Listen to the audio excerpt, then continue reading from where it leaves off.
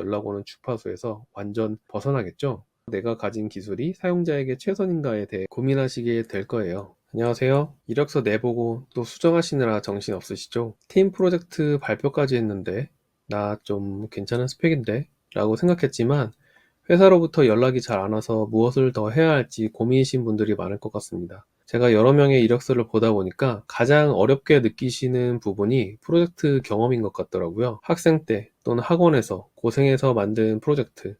하지만 이후 변경이 없는 프로젝트는 이 사람의 성장 가능성을 보여주기가 어렵고 보통 팀 프로젝트이기 때문에 본인의 역량을 보여주기에는 한계가 있습니다. 그래서 오늘 영상에서는 기존 프로젝트에서 어떻게 그것들을 보완할 수 있는지 어떤 관점으로 접근하면 좋을지 소개해 드리려고 합니다. 예전 개발자가 부족한 시절에는 도구만으로도 충분했지만 도구를 사용할 줄 아는 사람들은 많아졌고 이제 어떻게 차별화를 해야 할지 고민해야 할 시점으로 생각됩니다. 이 차별화는 어떻게 찾을 수 있을까요? 이전 동료들로부터 요즘 입사하는 신입 이야기를 들었는데요. 경력직이 아닌가 싶을 정도로 뛰어나신 분들이 들어온다는 얘기를 들었습니다. 그만큼 요즘에는 들어와서 가르쳐줘야 하는 신입이 아니라 들어와서 바로 스스로 업무가 가능한 사람을 주로 뽑고 있는 것 같습니다. 우리가 완성한 프로젝트는 사실 사용자가 쓰는 제품입니다.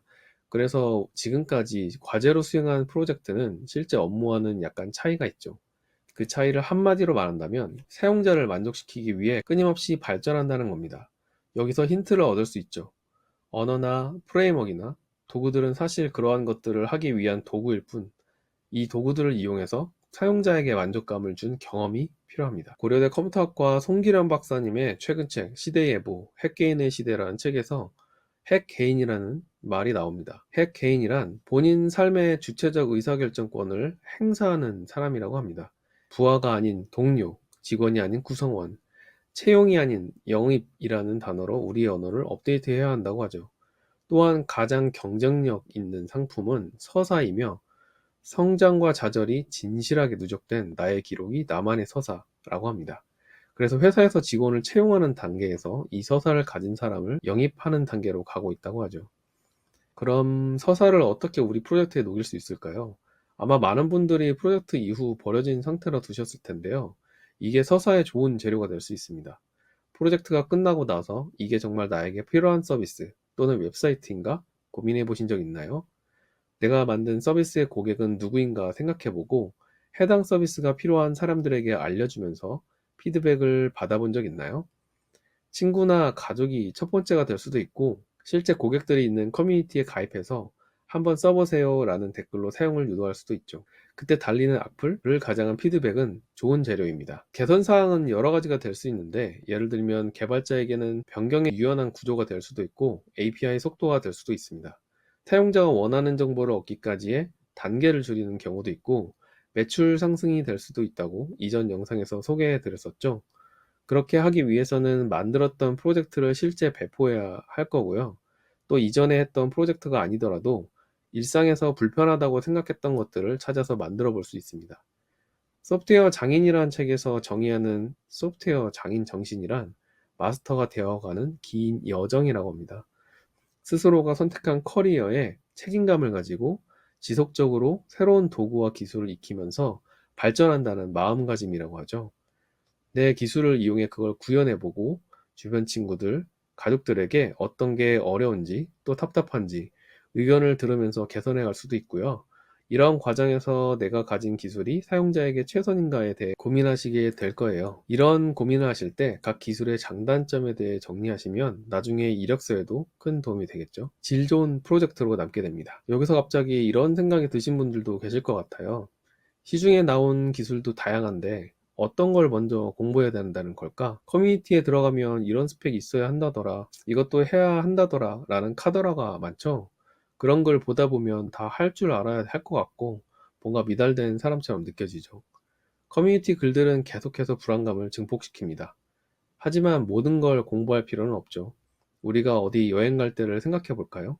베트남이나 태국 여행을 갈 때는 시원하고 산뜻한 옷을 준비해 가고 추운 캐나다나 북유럽 여행을 간다고 하면 따뜻한 옷을 준비해 갑니다. 우리가 어디를 갈지 확실하게 정하면 모든 옷을 준비할 필요는 없죠. 그렇다면 우리가 갈 곳은 어떻게 정할까요? 이미 아시겠지만 바로 채용 사이트입니다. 몇몇 상담을 해드리면서 의외로 채용 공고를 잘 안 보시는 분들이 계시더라고요. 기업에서는 나 이런 사람이 필요해 라고 필수사항과 선택사항을 올려놓았는데 이걸 무시하고 지원하게 되면 어떻게 될까요? 썸네일에서 말씀드렸던 기다리던 회사에서 연락 오는 주파수에서 완전 벗어나겠죠? 이제 실제 채용 사이트를 한번 살펴볼까요? 예전과는 다르게 채용 사이트들이 많아졌더라고요. 특히 개발자를 위한 채용 사이트도 많이 생겼습니다.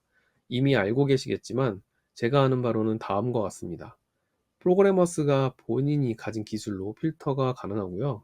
원티드, 스타트업을 위한 로켓펀치라는 곳도 있습니다. 사람인, 인크루트, 잡코리아는 모두들 아시죠? 회사가 좋은지 살짝 엿볼 수 있는 사이트들도 있는데요. 자플렉스, 원티드 인사이트, 블라인드, 로켓펀치 등이 있습니다. 수많은 회사, 그리고 부서가 있지만 인기 있는 부서도 있고 없는 부서도 있습니다. 지원자가 많긴 하지만 또 의외로 노출이 안 돼서 지원자가 적은 경우도 있거든요. 자신이 빠뜨린 회사는 없는지 체크해 보시고 가능하면 빠짐없이 지원해 보시는 걸 추천드립니다. 검색 필터가 들어간 URL이 있는 사이트도 있기 때문에 이것을 통째로 북마크 해놓고 하나씩 체크해 보면서 지원하는 것도 괜찮겠네요. 여기 회사는 괜찮은 것 같은데 이 스킬이 내가 없다라고 한다면 기존 프로젝트를 이 기술로 바꿔보면서 사용자에게 어떤 도움이 있을 것 같다라는 장단점을 비교해 보면 좋겠죠. 그걸 하기 위해서는 자연스럽게 기술에 대한 핵심 개념을 잘 알아야 가능하기 때문에 기술에 대한 깊이도 생기고 결과적으로 이력서를 보완하면 지원할 수 있는 회사도 늘어나게 되고요. 예전에 아무런 준비 없이 면접을 본 적이 있습니다. 그때 면접에서 이런 얘기를 들었었죠. 대체 아는 게 뭡니까? 나름 프로젝트도 잘했다고 생각했고 경험도 나쁘지 않다고 생각했기 때문에 그 말이 굉장히 충격적이었는데요. 연습도 없이 들어간 게 화근이었죠. 네이버라는 첫 회사 이름만 믿고 가볍게 들어갔던 이 말을 듣고는 완전히 좌절했습니다. 한 달 정도였을까요? 개발과 관련된 내용은 완전히 손 놓고 지냈던 것 같습니다. 하지만 정신 차리고 채용 공고를 꼼꼼히 보기 시작했던 게 기억이 나네요. 그리고 각종 개발 관련 커뮤니티는 다 뒤져보면서 면접 후기 질문들을 전부 모았고 한 달 동안 답변을 달달 외우고 또 이력서에 언급했던 기술을 다시 공부했던 기억이 납니다. 당장 일하기에는 아직 부족한 것 같아서 스타트업에 지원해 잠깐 일을 했었고 거기서의 경험이 또 큰 회사에 가는데 밑거름이 되었습니다. 자, 마무리해 볼까요? 정리하자면 프로젝트가 일회용으로 끝나는 게 아니라 고객의 문제를 지속적으로 해결해 본 경험을 녹여서 성장 가능성을 보여줘야 한다고 말씀을 드렸고요. 모든 스킬을 공부하시는 것이 아니라 실제 채용 공고를 보시면서 회사에서 요구하는 스킬과 기술에 맞게 자신의 포트폴리오를 발전시키면 노력을 적게 들이면서 목표에 가까워지실 수 있을 것 같습니다. 끝까지 시청해 주셔서 감사하고요. 궁금한 점은 댓글로 부탁드리겠습니다. 영상 피드백은 언제나 환영합니다. 좋은 하루 되세요.